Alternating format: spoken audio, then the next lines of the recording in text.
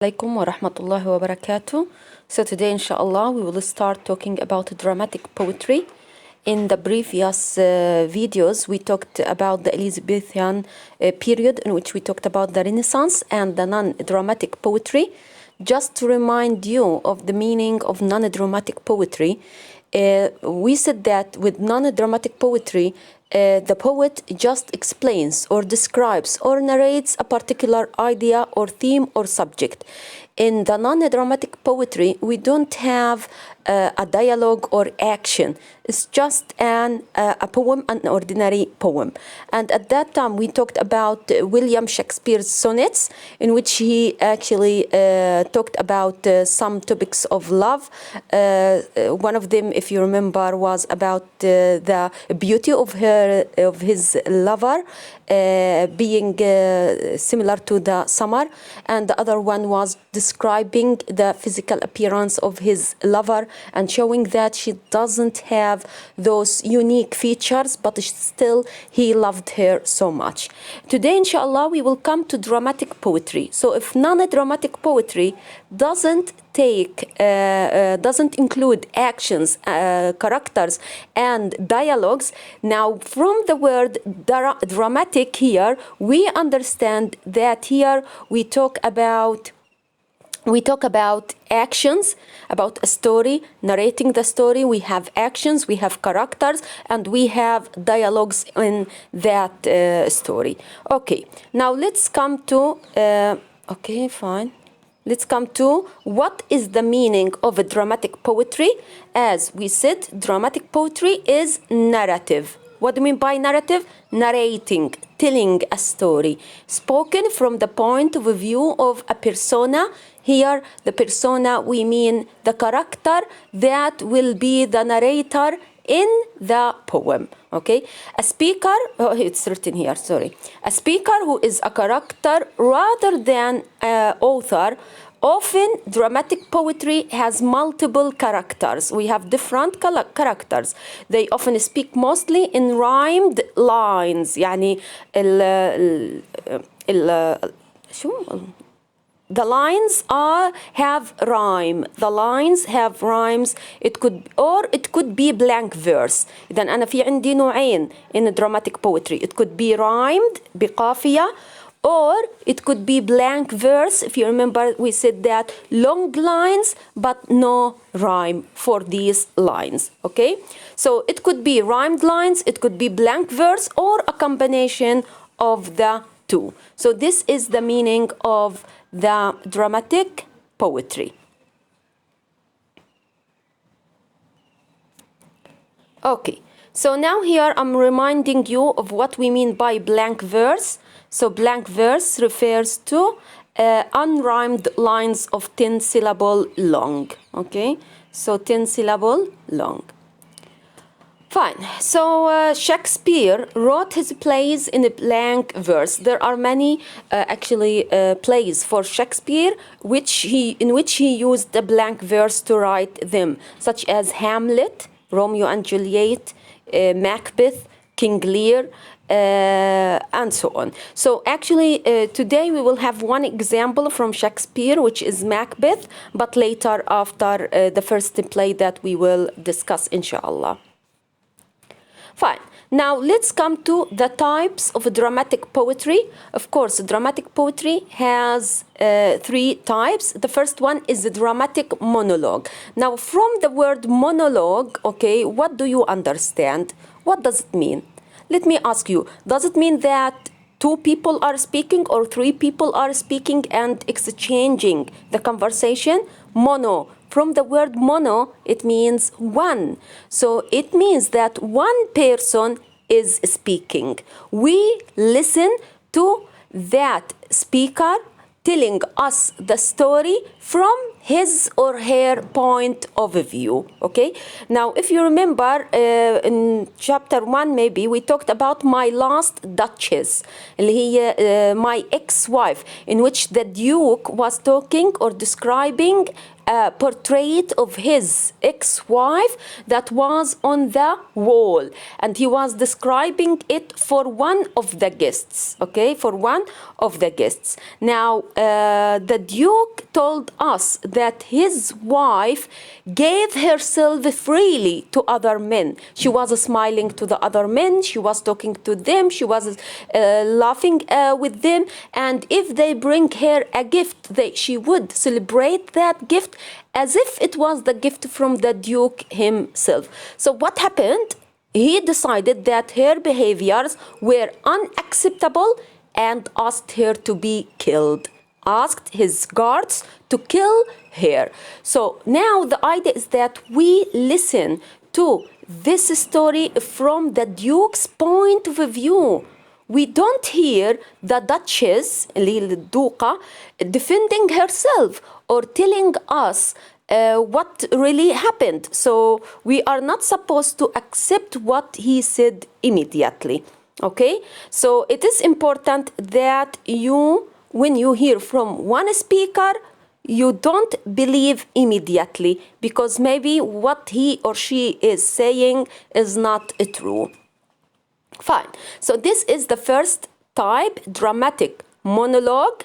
The speaker is telling a story from his point of view only. So we have one speaker and the other is a listener. Okay. Now the second type is comedy. Now, can you remember or tell me what do you mean by comedy? What does comedy mean? So yes, usually when we think about comedy, we think about a play that makes you laugh from the beginning till the end. This is actually the meaning of comedy in the humorous sense that we know today, okay? But comedy in a classical sense or in past times, it was in a play that ends happily, even if the actions and the events in that play were sad. So they are sad, the events are sad, but the end is happy, then it is a comedy. So it's different from our understanding of the comedy. For example, take an example, Shakespeare's The Tempest, العاصفة البحرية, is a comedy, even though it's not funny. It wasn't funny. Because it ends happily, we considered it a comedy. Also, there is another play, As You Like It. It is another example of Shakespeare's comedies, and it has a happy ending, and that's why we consider it as a comedy. But As You Like It, it is also funny. So it could be a mixture. Fine. The third type is a tragedy. If comedy is the story or the play that ends happily, okay? Then the tragedy is what? Definitely it's the opposite. It's the story that ends unhappily, okay? For example, the verse dramas of Hamlet. Hamlet got killed at the end, so it was a sad, okay, story. Romeo and Juliet, both of them died at the end of the play. So that's why we call it a tragedy, okay? But I want to give you more information about tragedy because the plays that we will discuss today are tragedies, okay? So what is a tragic hero in literature? For example, for Hamlet, for Romeo and Juliet, okay? For Macbeth later, for King Lear. I think you know King Lear, you studied that at Tawjihi. For example, who else? Othello. All these are tragic heroes. In classical sense, what do you mean by tragic hero? لأنه انتبهوا إنه التراجيك هيرو الشخصية التراجيدية البطل التراجيديا بتتغير معناه بعدين إن شاء الله لما توصلوا للأدب في القرن العشرين. So what is tragic hero in literature? A tragic hero is a type of character in a tragedy and is usually the protagonist. Protagonist, it means the hero, okay? The main character, the hero. Tragic heroes typically have heroic traits that earn them the sympathy of the audience. So they are heroic, they are great people, okay? They are great people, and usually the audience sympathize with them, similar to Hamlet, for example, similar to Romeo and Juliet and others. But the problem with those actual heroes is that they have flaws, they have weakness, okay? They have weaknesses in their characters, or they make mistakes that ultimately lead to their own downfall. يعني they get killed because of something they do, or a mistake they commit, or because of a weakness in their characters. Let me, for example, give you an example from King Lear that you studied. King Lear, what was his flaw? He was a tragic hero. His flaw was, or the mistake that he committed is that when he gave all his money, all his kingdom to his daughters and left himself nothing. So that was a mistake that he committed. Take, for example, Hamlet. Hamlet led to his own death because he was a man of words not actions. كان رجل كلام، بس بيحكي كلام لكن أفعال ما بينفذش، فذلك أدى في النهاية to his death. For example, Othello. What led to the death of Othello? He killed, of course, his lover.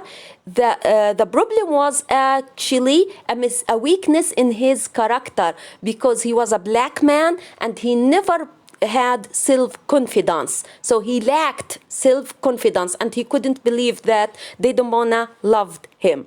So the idea of the tragic hero, he is of a noble or heroic traits, okay, but they have flaws or commit mistakes that lead to their death. So they cause their death by their own choices. Okay, fine, great. So now we understand what a tragedy means. Okay, it means a story or a play that ends unhappily, and we understand who the tragic hero is. He is a man of great character or great and has great qualities, but because of their own wrong choices, okay, they lead to their own destruction. Okay, today, inshallah, before we go to Shakespeare, we will focus to a wonderful play, maybe you know it, written by Christopher Marlowe. Here, Christopher Marlowe, okay, this is the writer,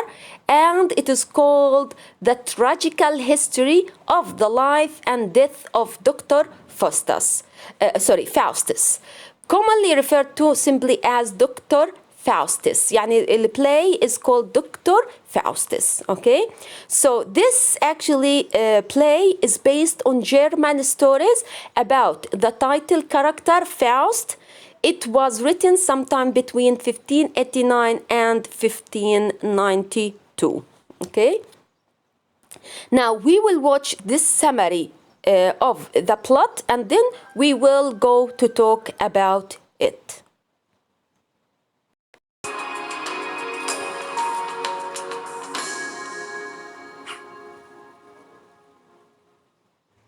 Let's review the plot of Dr. Faustus. The play is composed of acts that include chorus interludes and scenes comprised of action. In Act 1, Dr. John Faustus is introduced by the chorus in the introduction. The chorus explains that his story is not a tale of warfare or love, but of a budding intellectual who has choose traditional areas of study to explore necromancy, or black magic, for fame and fortune.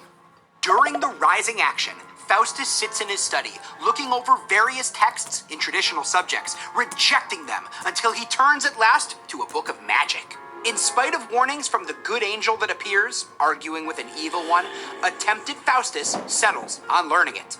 Later, in a demonstration of his conjuring skills, Faustus summons up the devil Mephistopheles, who serves a more powerful master, Lucifer, the prince of devils.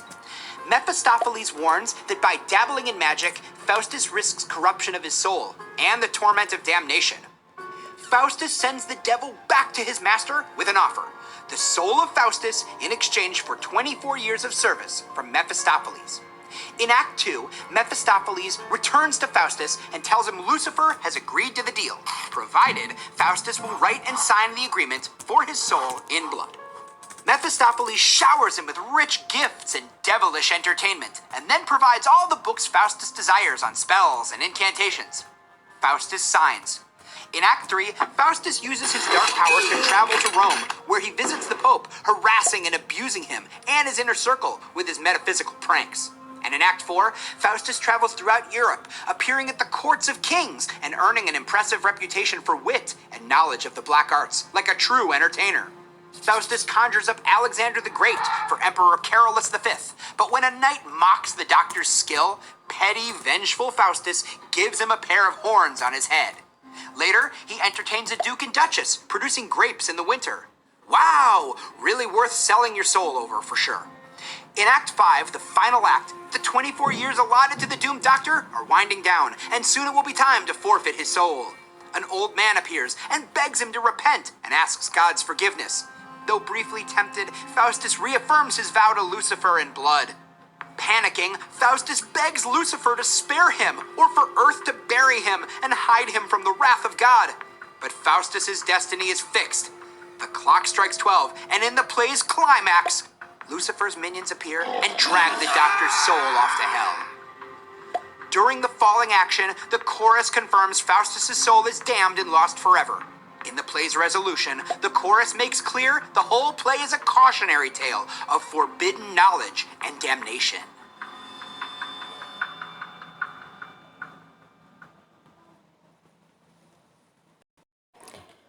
Okay, so that was the summary of the plot of Dr. Faustus. Now let's come to talk about it. Now you heard the names of the characters. So the main character was Dr. Faustus, who was proud, ambitious scholar. He was a scholar, someone who studies different sciences and different arts. Okay, of course here. Okay, we have also here the main actually names. We have Cornelius and Valdis. These are his colleagues. Okay, who will teach him the magic. Okay, so these are his teachers who will teach him magic. Okay, now we have Wagner. He is actually the servant of Dr. Faustus. So Dr. Faustus is the master of Wagner. Okay, we have also here Mephistopheles. Mephistopheles is a demon, a devil, okay, shaitan, and he is the servant of Lucifer. Lucifer is the prince of devils. Lucifer اللي هو Satan اللي هو أمير ملك الشياطين. Okay, so we have Mephistopheles and we have Lucifer. Okay, next we have also two other characters which will occur in our play.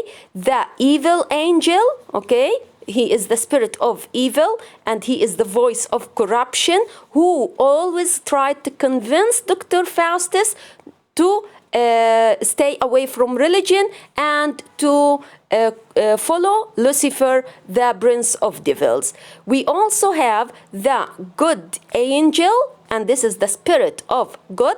That was the voice of conscience, صوت الضمير. Okay, the good angel is the voice of conscience for Dr. Faustus, reminding him that the best path in life is to follow the religion and to believe in God, not to follow Lucifer, the prince of devil. Okay, so from this figure, okay, you can notice that this play, we said it's dramatic poetry, so it is supposed to have characters, and you can see how many characters we have here. Of course, there are other characters like the Pope, for example, the king, and those people who attended the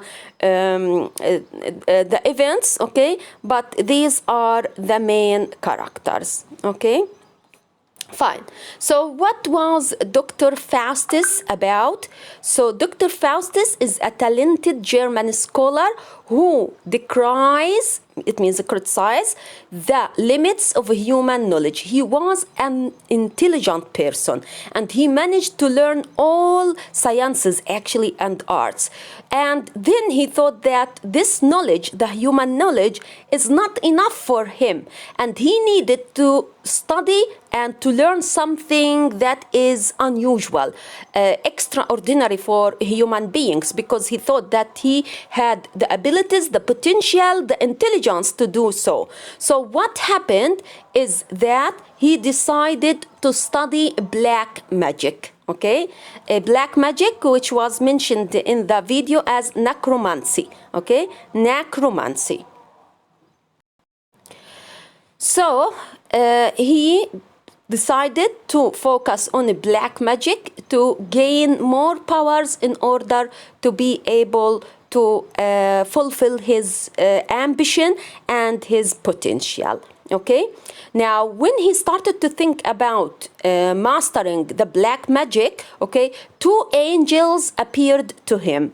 One is the good angel and the other one was the bad angel. The good angel, as we said, it was the voice of his conscience, or you can think it is the Christian conscience, okay, was trying to actually prevent him from committing such a crime against himself, while the evil angel was actually encouraging him to take the path to damnation and to follow the devil, Lucifer. Okay? Now there are two fellow scholars, Valdez and Cornelius, who taught him the fundamentals of black magic, as we said. Eventually, after learning that, he summons the devil Mephistopheles. Okay, إذا استدعى الشيطان Mephistopheles and gave him an offer for Lucifer. تخيلوا هو اللي استدعاه. اوكي استدعى الشيطان واعطاه صفقة للوسيفر. He asked him, he promised to give Lucifer his immortal soul to go to the hell, okay, on the expense that Lucifer gives him 24 years of power with Mephistopheles as his servant. Okay, إذا كانت الصفقة أنا بسلمكم روحي الفانية هتروح معكم على الجحيم، أوكي، مقابل 24 سنة من القوة والنجاح والتميز، وإنه يكون ميفستوفيليس خادم إله. Okay? Now, Mephistopheles, of course, went to Lucifer and produced the officer. Okay. Okay, so now what happens is that Faustus continues to use his powers. He will be given, Lucifer accepts that contract, and Faustus signs that contract with his blood. Can you imagine that? With his blood, to show that he is faithful to Lucifer. Okay, now he after that continues to use his powers to swindle and humiliate anyone he pleases. Okay, several of his victims of course suffered because of that. Now time was running. Faustus was thinking several times about repenting يعني إنه يتوب, and he was thinking that he committed a mistake, but every time he thought about repenting, Mephistopheles will just bring him more gifts and try to prevent him from thinking about that repentance. Okay, so you can read at the end that finally, when time was over, Faustus reveals to his friends that he is a damned soul and that his powers came at a high price. So when they understood that he was damned and he sold his soul to the devil, they leave him to his fate. Faustus blames Mephistopheles for his damnation, but the clock strikes 11 and Faustus' final monologue reveals his regret. Of course, he now asks if God will accept him after what he did and the mistake that he committed, but there was no time for him now, and the devils enter as Faustus begs God and the devil for mercy, but there is no mercy as Faustus is dragged down to the hell. So we would find that the end was a tragic end because Faustus destroyed himself by that contract he signed with the devil. Okay? Fine. I will stop here to continue with the second part, inshallah.